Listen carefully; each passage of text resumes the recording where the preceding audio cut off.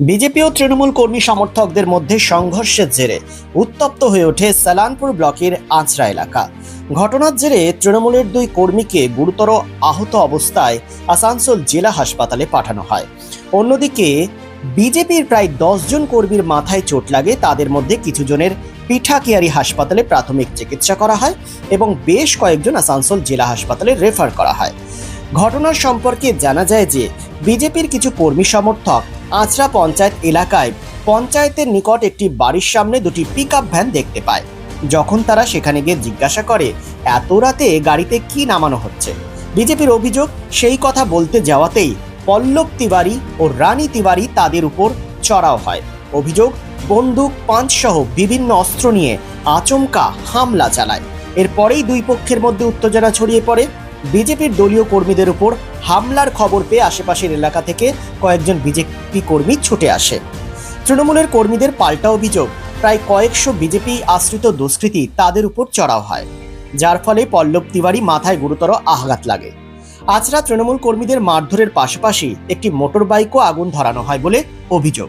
পরিস্থিতি সামাল দিতে রূপনারায়ণপুর ফাঁড়ির পুলিশ বাহিনীকে হিমশিম খেতে হয়। তবে তৃণমূল নেতা পল্লব তিওয়ারি সরাসরি অভিযোগ করেন বিজেপি নেতা চিন্ময় তিওয়ারির উপর। তিনি বলেন, চিন্ময় তিওয়ারির নির্দেশে তাদের উপর হামলা চালানো হয়েছে। হামলার অভিযোগ অস্বীকার করেন বিজেপি নেতা চিন্ময় তিওয়ারি। তিনি জানান, তৃণমূল আমলে এই মানুষগুলো এলাকায় প্রচুর সন্ত্রাস চালিয়েছে, তারই পরিণাম আজ বিজেপি সহ সাধারণ মানুষ তাদের উপর চড়াও হচ্ছে। তবে আমার হিংসাতে বিশ্বাস করি না, আমি বরাবর বলবো আইনকেই নিজের হাতে নেবেন না। অন্যদিকে পল্লব তিওয়ারি দাদা সঞ্জয়ের অভিযোগ, তার একটি বেসরকারি স্কুল রয়েছে, সেই স্কুলের বই খাতা গাড়ি থেকে নামানো হচ্ছিল। হঠাৎ করে কিছু 10-15 জনের বিজেপি আশ্রিত দুষ্কৃতী তাদের উপর লাঠি রড দিয়ে মারধর শুরু করে এবং তাদের গাড়িতে আগুন লাগানোর চেষ্টা করে এবং সংঘর্ষের জেরে পল্লব তিওয়ারি ও রনি তিওয়ারির গুরুতর জখম হয়। তবে এ বিষয়ে দুই পক্ষে একে অপরের বিরুদ্ধে থানায় লিখিত অভিযোগ দায়ের করবেন বলে জানা যায়। ঘটনার খবর পেয়ে আসানসোল থেকে ছুটে আসেন জাতীয় কংগ্রেসের নেতা প্রসেনজিৎ পৈতন্ডি। তিনি বলেন, তৃণমূল কংগ্রেসের সঙ্গে বিজেপির কোনো পার্থক্য নেই। মানুষ পরিবর্তন চেয়েছিল শান্তির জন্য, কিন্তু আজ যেটা হলো খুবই খারাপ।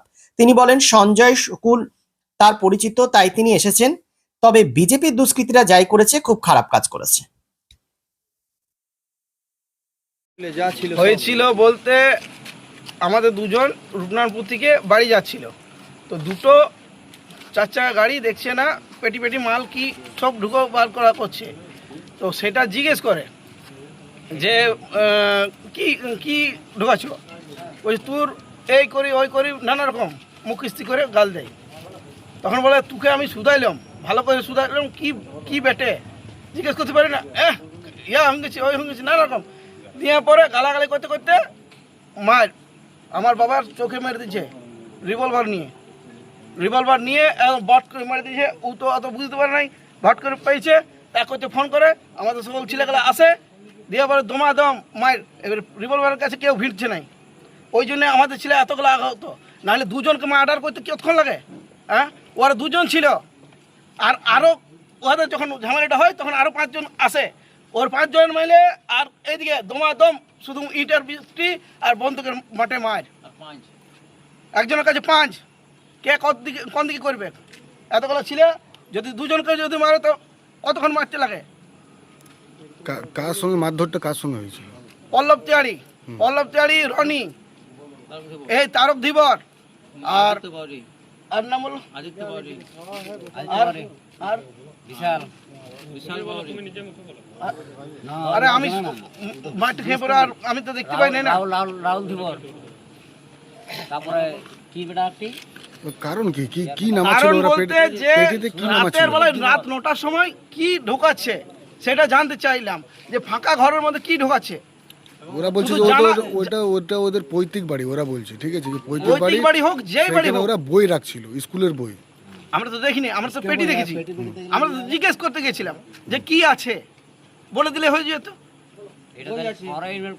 আজ এত দুর্নীতি করে পরেও চুপচাপ একদম ডাটের মাথায় ঘুরে বেড়াচ্ছে। কই কোনোদিন হামলা তো হয়নি, কোনোদিন মারতে যায়নি, কোনো একটি গাল দেওয়া দেয় কিছু না, শুধু আজকে জিজ্ঞেস করতে যাওয়া আর বাস। আপনাদের কতজন চোট লেগেছে? আমাদের 10 জনের চোট লেগেছে। তিনজন তো গেল এমএলএ, একজনের চোখটা একদম পুরো নষ্ট হয়ে গেছে। আমার নিউ হোলি এঞ্জেল পাবলিক স্কুলের এই বছরের যে বুকসগুলো, সেই নতুন বুকসের স্যাম্পলস নিয়ে সমস্ত বই নিয়ে যখন ঢোকে, আমার স্কুলের পাশে আমার ভাইয়ের যে ঘর, আমার মামার পৈতৃক সম্পত্তি, বাস্তু ঘর ওটা, সেই ঘরটি আমরা সব সামানপত্র যখন ঢোকানোর সময় কয়েকজন দুষ্কৃতী এসে আমার ভাইকে তখন বলে যে তোরা এখানে কেন ঢুকাচ্ছি? আমাদের নিজেদের বাড়িতে নিজেরা মাল ঢুকাচ্ছি না, এই বাড়িতে ঢুকতে পারবি না, এটা আমাদের জায়গা, ভেস্টেড জায়গা। আমার নিজের বাড়ি কি ভেস্টেড জায়গা হয়? আমার তো পৈতৃক সম্পত্তি, তার দলিল আছে, তার রেকর্ড আছে, তার সমস্ত কিছু আছে, স্কুলের বই রাখছি। তখন ওই বাবন ধীবর, ওর বাবার নাম উত্তম ধীবর, তার বাবার নাম সতু ধীবর, আর আকাশ বাউরি, তার বাবার নাম বৈদ্যনাথ বাউরি, তার সাথে সাথে মোহিত ধীবর, তার বাবার নাম লেট দীপক ধীবর, আর সঞ্জয় বাউরি, তার বাবার নাম লেট পরেশ বাউরি। এরা ওখানে দুষ্কৃতিমূলক আচরণ করে মারধর করে।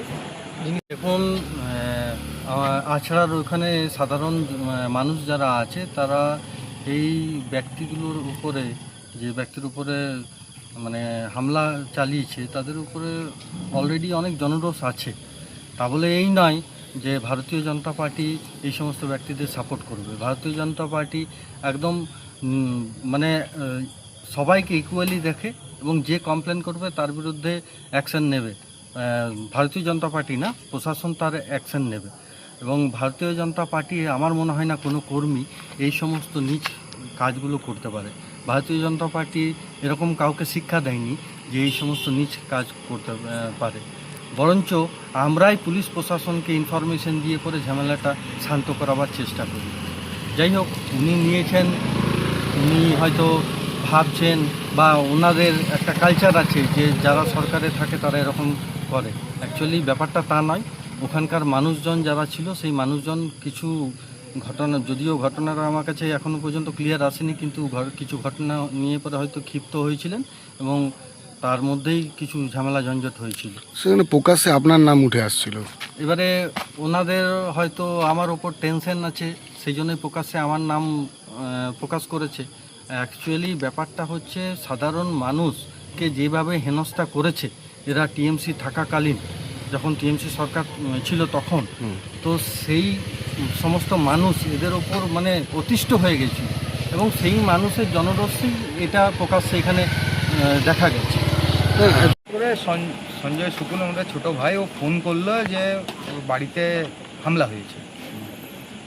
কি হয়েছে না হয়েছে জানার আগে ও বললো যে ভাইয়ের মাথা ফেটে গেছে, ভাইকে নিয়ে গেছে। আমি সাথে সাথে আই সাহেবকে ফোন করি, উনি বললেন আমি ট্রিটমেন্ট করাতে এনেছি, চোট লেগেছে, সেই জন্য কোনো এরকম নয়। তারপরে আবার ও ফোন করে বলছে যে এরকম আগুন লাগিয়ে দিয়েছে, ওই তো গাড়ির ওই অবস্থা। তেমন কারা করেছে, কী ব্যাপার, তোদের সাথে কী ঝামেলা? বলে আমাদের সাথে কিছুই না, স্কুলের বইপত্র এসেছিলো, খাতাপত্র এসছে, আমরা গোডাউনে নামাচ্ছিলাম। সেই হঠাৎ করে কোথা থেকে কী ঝামেলা, কিছু বিজেপির দুষ্কৃতী, এখন নতুন সব বিজেপি হয়েছে, ক্ষমতা হাতে পেয়েছে, বাঁদরের হাতে নারকল হলে যা হয় নিজের মাথাতেই ঠুকছে। ওরা রাজনীতির থেকে কোনো ইয়েতে নেই, ওরা সাধারণ স্কুল চালায়। ওরা এইভাবে মানুষের উপর আক্রমণ করে কি ক্ষমতার অপব্যবহার করছে। বাংলার মুখ্যমন্ত্রী বলছে আইনের শাসন, এগুলো যদি আইনের শাসন হয়, এইভাবে যদি যারা স্কুল চালায় তাদের উপরে হামলা করছে, এইভাবে যদি গাড়িতে আগুন লাগিয়ে দেওয়া, বাড়িতে আগুন লাগিয়ে দেওয়া, এগুলো কোন ধরনের রাজনীতি? পক্ষ থাকবে, বিপক্ষ থাকবে, বিরোধিতা থাকবে, নীতির বিরোধিতা হবে। তো কাউকে মেরে ধরে মাথা ফাটিয়ে দিয়ে তাকে এই হসপিটালে ট্রিটমেন্ট হলো না, তাকে এখন জেলা হসপিটাল নিয়ে যেতে হয়েছে, এগুলো কি ধরনের রাজনীতি? তাই আমরা ছুটে এসেছি খবর পেয়ে ভাইদের পাশে দাঁড়াতে। এই ধরনের রাজনীতি কিন্তু চলতে পারে না। তাহলে পার্থক্য কোথায় হলো, পরিবর্তন কোথায় হলো? তোমরা যদি বলে থাকো আমাদের টাইমে মার খেয়েছি, আরে ভাই ওরা মেরেছিল কি? যার আজকে মাথা ফাটিয়েছিল সে কোথাও ইনসিডেন্টে আছে কি ভাই? এ কি ধরনের রাজনীতি? এই যদি গুন্ডাগিরি করবে, এই গুন্ডাগিরির শাসন যদি বাংলায় প্রতিষ্ঠা করতে চাইছে, তাহলে বাংলার মানুষ চিন্তা করুক কাদেরকে এনেছে। গুন্ডাগিরির রাজনীতি করে টিকে থাকা যায় না। আর বাংলা বিশেষ করে এই গুন্ডার রাজনীতি পছন্দ করে না। 34 বছরের সিপিএম গেছে, 15 বছরের তৃণমূল গেল, মানুষ বলতে শুরু করেছে এরা 5 বছরও টিকবে কিনা সেটা সন্দেহ। আপনার নাম এবং পরিচয়? আমার নাম প্রসেনজিৎ পুইতন্ডি, আমি পশ্চিমবঙ্গ রাজ্য কংগ্রেস কমিটির সম্পাদক। শুভ হোক সর্বক্ষণ। আসানসোল শিল্পাঞ্চলের শতাব্দী প্রাচীন অভিজাত বস্ত্র প্রতিষ্ঠান ঘাটি ক্লথ স্টোর এবং আধুনিক রুচিসম্পন্ন হালকা ও ভারী সোনা, রূপো এবং ডায়মন্ড গহনার প্রতিষ্ঠান ঘাটি jewels, 2022 GT road, Asansol. Mobile number 9734151700 and 83899 50456।